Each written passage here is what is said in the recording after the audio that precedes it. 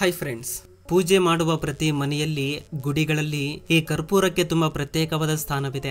ಪ್ರತಿದಿನ ನಮ್ಮ ಮನೆಗಳಲ್ಲಿ ಕರ್ಪೂರಗಳನ್ನ ಬಳಸ್ತಾ ಇರ್ತೀವಿ. ಆದ್ರೆ ಇಷ್ಟಕ್ಕೂ ಈ ಕರ್ಪೂರವನ್ನ ಹೇಗೆ ತಯಾರು ಮಾಡ್ತಾರೆ ಯಾವತ್ತಾದ್ರೂ ಆಲೋಚನೆ ಮಾಡಿದೀರಾ? ನೀವು ಈ ವಿಷಯವನ್ನ ತಿಳ್ಕೊಂಡ್ರೆ ಖಂಡಿತ ಆಶ್ಚರ್ಯವಾಗುತ್ತೆ. ಇವುಗಳನ್ನ ತಯಾರು ಮಾಡುವುದು ಕೆಮಿಕಲ್ಸ್ ನಿಂದ ಅಂತ ತುಂಬಾ ಜನ ಅನ್ಕೊಂಡಿರ್ತಾರೆ. ಒಂದು ಮರದ ಸಹಾಯದಿಂದ ಇವುಗಳನ್ನ ತಯಾರು ಮಾಡ್ತಾರೆ. China, Taiwan, Japan, Korea, Vietnam ಮತ್ತು ಇಂಡಿಯಾ ಈ ದೇಶಗಳಲ್ಲಿ ಸಿನಾಮೋನ್ ಕ್ಯಾಂಪೋರ್ ಎನ್ನುವ ಒಂದು ಮರ ಬೆಳೆಯುತ್ತೆ. ಈ ಮರದಿಂದಲೇ ನಾವು ಬಳಸುವ ಕರ್ಪೂರವನ್ನ ತಯಾರು ಮಾಡ್ತಾರೆ. ಇದು ಸುಮಾರು 100 ಅಡಿ ಎತ್ತರದವರೆಗೂ ಸಹ ಬೆಳೆಯುತ್ತೆ. ಹಾಗೆ ಇದನ್ನ ಕ್ಯಾಂಪೋರ್ ಟ್ರೀ ಎಂದು ಸಹ ಕರೀತಾರೆ.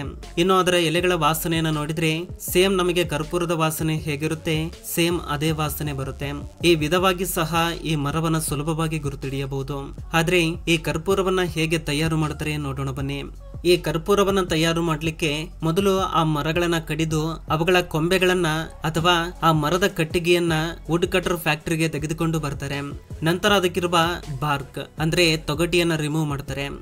ಕೇವಲ ಆ ಮರಕ್ಕಿರುವ ಕಟ್ಟಿಗೆಯನ್ನ ಮಾತ್ರವೇ ಕರ್ಪೂರದ ತಯಾರಿಗೆ ಬಳಸಲಾಗುತ್ತೆ. ನಂತರ ಅವುಗಳನ್ನ ನೀರಿನಲ್ಲಿ ಚೆನ್ನಾಗಿ ತೊಳೆಯಲಾಗುತ್ತೆ. ನಂತರ ಅವುಗಳನ್ನ ವುಡ್ ಮಷಿನ್ ಸಹಾಯದಿಂದ ಈ ಕಟ್ಟಿಗೆಯನ್ನ ಈ ರೀತಿ ಸಣ್ಣ ಸಣ್ಣ ತುಂಡುಗಳಾಗಿ ಚಿಪ್ಸ್ ರೂಪದಲ್ಲಿ ಕಟ್ ಮಾಡ್ತಾರೆ.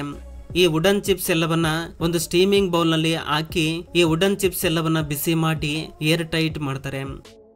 ಸ್ವಲ್ಪ ಕೂಡ ಆವಿ ಹೊರಗೆ ಹೋಗದಂತೆ ನೋಡ್ಕೊಳ್ತಾರೆ. ಹಾಗೆ ಒಂದು ಕೂಲರ್ ಪೈಪ್ ನ ಕೂಡ ಅದಕ್ಕೆ ಅಳವಡಿಸಿರ್ತಾರೆ.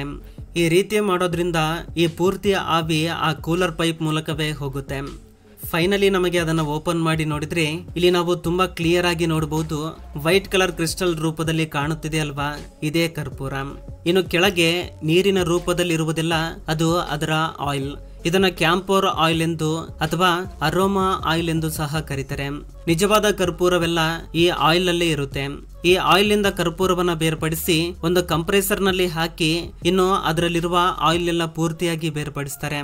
ಅಂದ್ರೆ ಅದರಲ್ಲಿ ಒಂದು ಹನಿ ಎಣ್ಣೆ ಇರದ ಹಾಗೆ ಮಾಡ್ತಾರೆ. ಹಾಗ ಅದು ನಮಗೆ ಪೂರ್ತಿಯಾಗಿ ಡ್ರೈ ಪೌಡರ್ ರೂಪದಲ್ಲಿ ಈ ವಿಧವಾಗಿ ಕಾಣಿಸುತ್ತೆ. ನಂತರ ಆ ಪೌಡರ್ ನಲ್ಲಿ ಯಾವುದೇ ರೀತಿಯ ಡಸ್ಟ್ ಪಾರ್ಟಿಕಲ್ಸ್ ಇರದಂತೆ ಅದನ್ನ ನೀಟಾಗಿ ಕ್ಲೀನ್ ಮಾಡ್ತಾರೆ.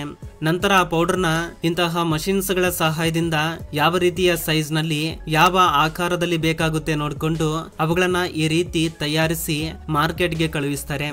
ಈ ವಿಧವಾಗಿ ನಮಗೆ ಕರ್ಪೂರ ಅಂಗಡಿಯಲ್ಲಿ ಸಿಗುತ್ತೆ. ಇದು ಫ್ರೆಂಡ್ಸ್ ಕರ್ಪೂರದ ತಯಾರಿಯ ವಿಧಾನ. ಓಕೆ, ಆದ್ರೆ ಇಷ್ಟಕ್ಕೂ ಈ ಕರ್ಪೂರಕ್ಕೆ ಹೇಗೆ ಬೆಂಕಿ ಅಂಟಿಕೊಳ್ಳುತ್ತೆ? ನಾವು ಬೆಂಕಿಗೆ ಸಮೀಪಕ್ಕೆ ತೆಗೆದುಕೊಂಡು ಹೋದಾಗ ಅದು ಪೂರ್ತಿಯಾಗಿ ಸುಡುವ ಗುಣವನ್ನ ಹೇಗೆ ಹೊಂದಿದೆ? ಇದನ್ನೇ ಸಬ್ಲಿಮೇಷನ್ ಪ್ರೋಸೆಸ್ ಎಂದು ಕರೀತಾರೆ. ಈ ಸಬ್ಲಿಮೇಷನ್ ಅಂದ್ರೆ ಒಂದು ಪದಾರ್ಥ ದ್ರವ ರೂಪಕ್ಕೆ ಬದಲಾಗದೆ ಆ ಪದಾರ್ಥ ಘನ ರೂಪದಿಂದ ನೇರವಾಗಿ ಗಾಳಿಯಾಗಿ ಬದಲಾಗುವುದು. ಸಾಮಾನ್ಯವಾಗಿ ಈ ಕರ್ಪೂರ ತುಂಬಾ ಕಡಿಮೆ ದ್ರವ ರೂಪಕ್ಕೆ ಬದಲಾಗುವ ಅವಕಾಶವನ್ನ ಹೊಂದಿರುತ್ತೆ.